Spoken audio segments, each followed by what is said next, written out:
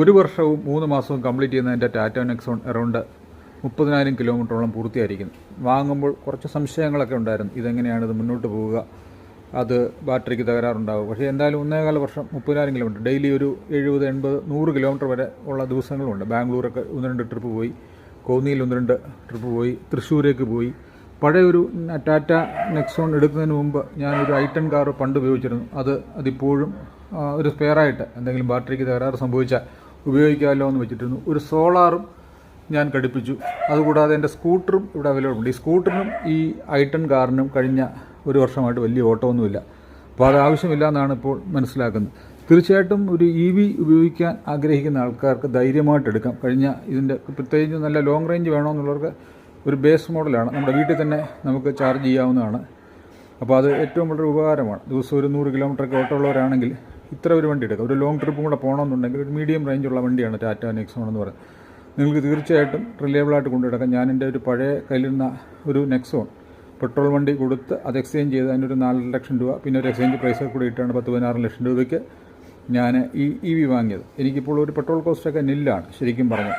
അതായത് petrol cost നില്ലായതുപോലെയാണ്. കാരണം നമുക്ക് സോളാർ മാസത്തിലൊരു 250 രൂപയുടെ ബില്ലൊക്കെയാണ് നമുക്ക് വരുന്നത്. തീർച്ചയായിട്ടും ആർക്കും മടിക്കാതെ വാങ്ങാം. മറ്റ് വണ്ടികളൊന്നും സ്പെയർ ഇടേണ്ട കാര്യമില്ല. പലപ്പോഴും നമ്മൾ സ്പെയറൊക്കെ ഇട്ട് ഇതെന്ത് ചെയ്യും, ചാർജിങ്ങൊക്കെ വളരെ എളുപ്പമാണ്. വീട്ടിൽ തന്നെ നമുക്ക് ചാർജ് ചെയ്യാവുന്നതാണ്. ചാർജിങ്ങിന് ഒരു പോർട്ട് ഇട്ടിട്ട് നമുക്ക് ചാർജ് ചെയ്യാം. ഒരു 100% ഒക്കെ ആവണമെങ്കിൽ ഇച്ചിരി സമയമെടുക്കും. സ്ലോ ചാർജാണ് ഞാൻ ചെയ്യുന്നത്. പലപ്പോഴും വെളിയിൽ പോകുമ്പോഴത്തേക്ക് ഫാസ്റ്റ് ചാർജുകളൊക്കെ ചെയ്യാറുണ്ട്. എന്നാൽ പോലും വളരെ ലാഭകരമായിട്ട് നമുക്ക് ഓടിക്കാം. വളരെ കംഫർട്ടബിളുമാണ് വണ്ടി. സർവീസ് കോസ്റ്റൊക്കെ എന്ന് പറഞ്ഞാൽ കഴിഞ്ഞ 1 വർഷമായിരിക്കുന്നതെന്ന് പറഞ്ഞാൽ വളരെ കുറച്ച് സർവീസ് കോസ്റ്റാണ് ആയിരിക്കുന്നത്.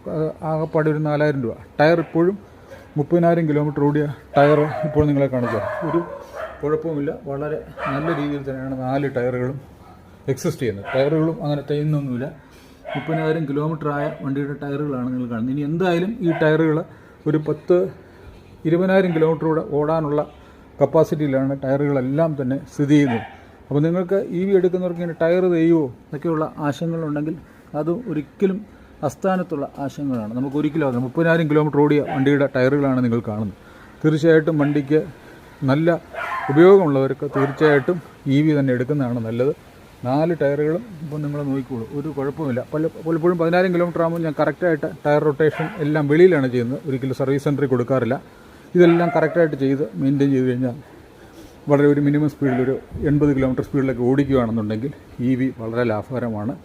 ഇതുവരെയുള്ള ഉപയോഗത്തിൽ നിന്ന് 3 ലക്ഷം രൂപയുടെ പെട്രോൾ അടിക്കേണ്ട സ്ഥലത്താണ് ഞാനത് ഇത്രയും ആക്കിയിരിക്കുന്നത്. നിങ്ങൾക്ക് ഈ വീഡിയോ ഉപകാരപ്രദമായെന്ന് വിചാരിക്കുന്നു. EV എടുക്കാൻ മടിച്ചിരിക്കുന്നവർ തീർച്ചയായിട്ടും